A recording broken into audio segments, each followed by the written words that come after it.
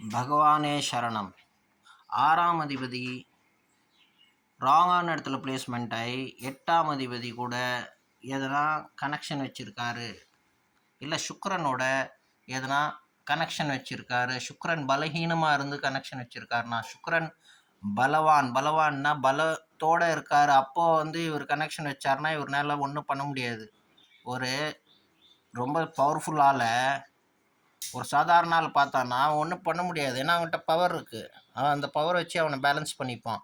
அதே மாதிரி 6ஆம் அதிபதி வீக்காக இருந்து இல்லை அவர் பலசாலியாக இருந்து பார்க்குறாருன்னா அப்போ அவனை இவர் தோக்கடிக்க முடியும். இல்லை அவன் புத்திசாலியாக இருக்கணும், எதுனா ஒன்று இருக்கணும்.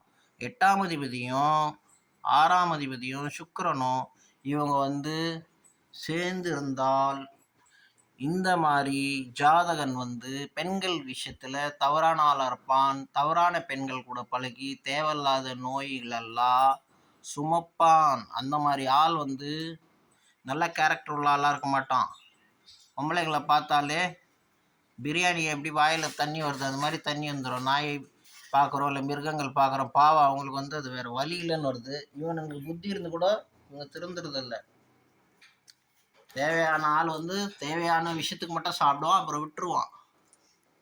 பட் இவனுங்க அப்படி கிடையாது, எப்போ காமிச்சாலும் வாயில் தண்ணி வரும். காமத்தை காமிச்சா பொம்பளையை பார்த்தாலே தண்ணி வந்துடும். அது கேள்வியோ குமுறியோ அது யாருன்னு அவங்க பார்க்க மாட்டாங்க.